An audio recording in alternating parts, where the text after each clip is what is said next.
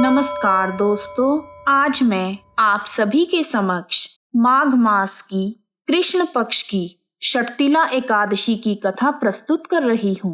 आइए शुरू करते हैं। बोलो बांके बिहारी लाल की जय। जय श्री कृष्णा।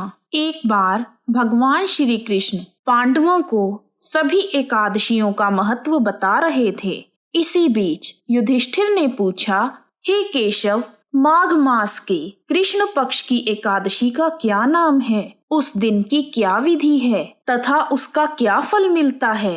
हे महाप्राज्ञ, कृपा करके यह सब बताइए। तब भगवान श्री कृष्ण बोले, धर्मराज, माघ मास के कृष्ण पक्ष की एकादशी का नाम षटतिला एकादशी है, जो समस्त पापों को नष्ट करने वाली है। षटतिला का अर्थ है तिल का 6 प्रकार से प्रयोग करना।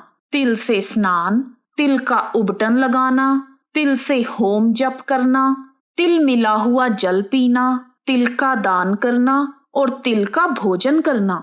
इस प्रकार 6 कामों में तिल का उपयोग करने से यह एकादशी षटतिला एकादशी कहलाती है। इस दिन श्री हरि विष्णु भगवान जी की पूजा की जाती है।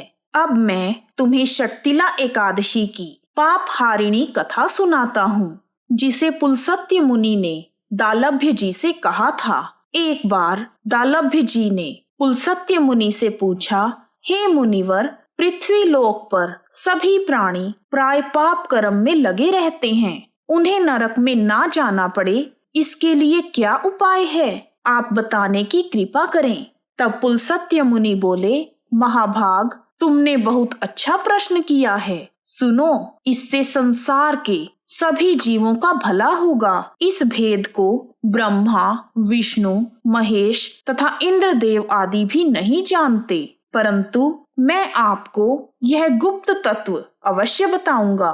माघ मास शुरू होते ही मनुष्य को स्नान आदि करके शुद्ध होना चाहिए। अपनी इंद्रियों को वश में कर काम, क्रोध, लोभ, मोह, अहंकार, ईर्ष्या तथा द्वेष आदि का त्याग कर भगवान श्री हरि का स्मरण करना चाहिए। जब मूल नक्षत्र और एकादशी तिथि हो तो अच्छे पुण्य देने वाले नियमों को ग्रहण करें। स्नान आदि नित्य कार्यों से निवृत्त होकर सब देवताओं के देव श्री हरि विष्णु भगवान का पूजन करें और एकादशी व्रत का संकल्प करें। माघ कृष्ण पक्ष की षटतिला एकादशी की रात को जागरण करने का विशेष महत्व है।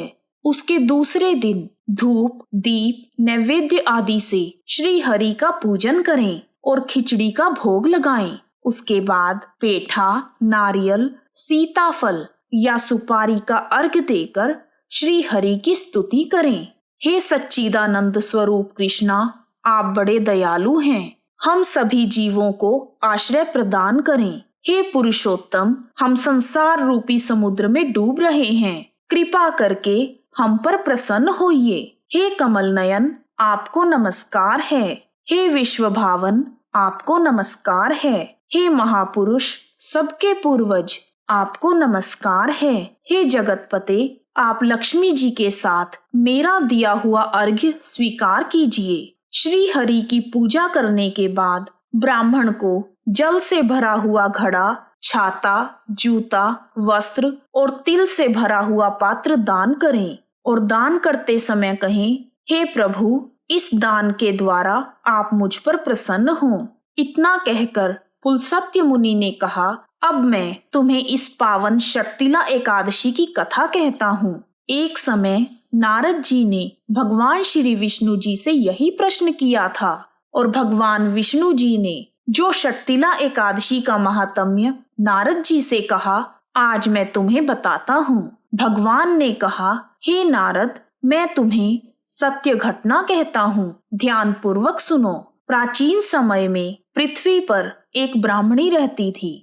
वह सदैव व्रत पूजन आदि किया करती थी। एक बार उसने 1 मास तक व्रत किया, जिससे उसका शरीर बहुत दुर्बल हो गया। वह बहुत बुद्धिमान थी, परंतु फिर भी उसने कभी देवताओं के निमित्त ब्राह्मणों को अन्न या धन का दान नहीं किया था। इसलिए मैंने सोचा कि ब्राह्मणी ने व्रत आदि से अपना शरीर शुद्ध कर लिया है, अब इसे वैकुंठ लोक तो मिल ही जाएगा, परंतु इसने कभी अन्न का दान नहीं किया, जिससे इसकी तृप्ति होना कठिन है। तब भगवान बोले, ऐसा सोचकर मैं एक भिखारी का वेश धारण करके उस ब्राह्मणी के पास गया और उससे भिक्षा मांगी। वह बोली, महाराज आप कौन हैं? यहाँ किस लिए आए हो? ब्राह्मणी के पूछने पर मैंने उसे कुछ नहीं बताया। मेरे मौन रहने के कारण उसे क्रोध आ गया और उसने मिट्टी का एक ढेला मेरे भिक्षा पात्र में डाल दिया।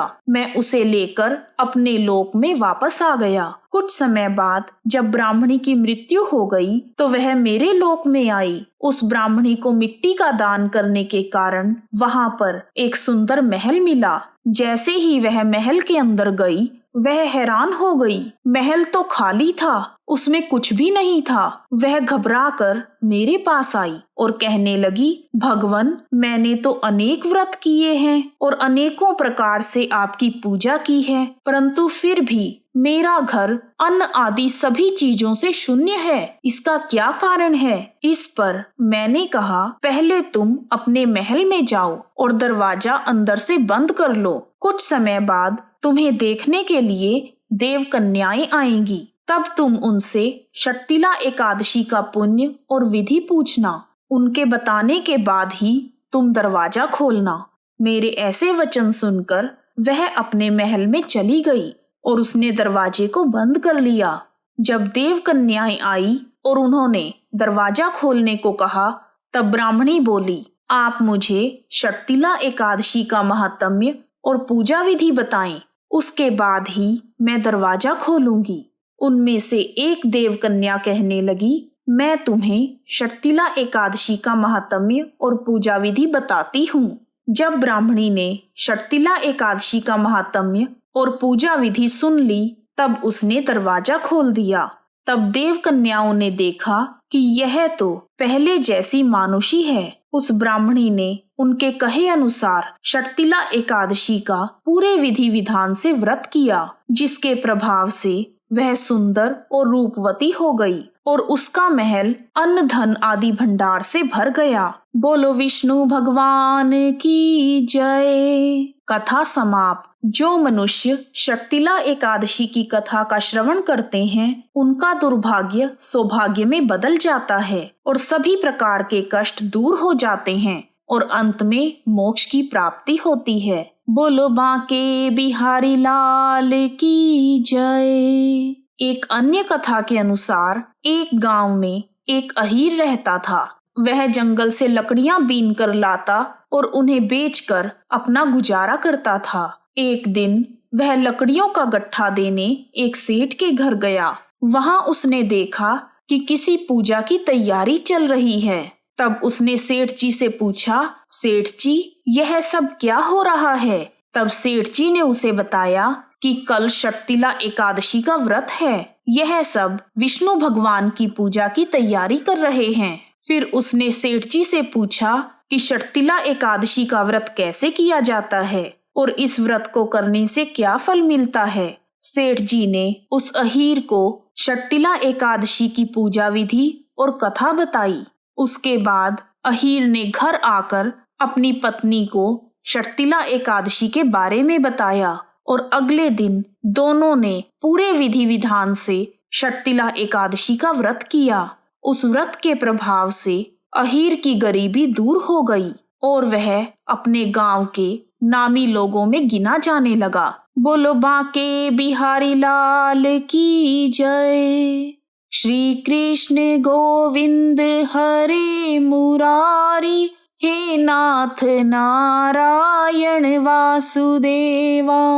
हे विष्णु भगवान, जैसे आपने उस अहीर पर कृपा की, वैसे ही इस कहानी को सुनने वाले, कहने वाले और हुंकारा भरने वाले सब पर अपनी कृपा बनाए रखना। आइए अब शुरू करते हैं एकादशी माता की आरती। ओम जय एकादशी माता मैया, जय एकादशी माता। विष्णु पूजा व्रत धारण कर शक्ति मुक्ति पाता। ओम जय एकादशी माता। तेरे नाम गिनाऊं भक्ति प्रदान करनी। गण गौरव की देनी शास्त्रों में वर्णी। मैया जय एकादशी माता। मार्ग शीर्ष के कृष्ण पक्ष की उत्पन्ना। विश्व तारणी जन्मी। शुक्ल पक्ष में मोक्षदा मुक्तिदाता बनी। ओम जय एकादशी माता।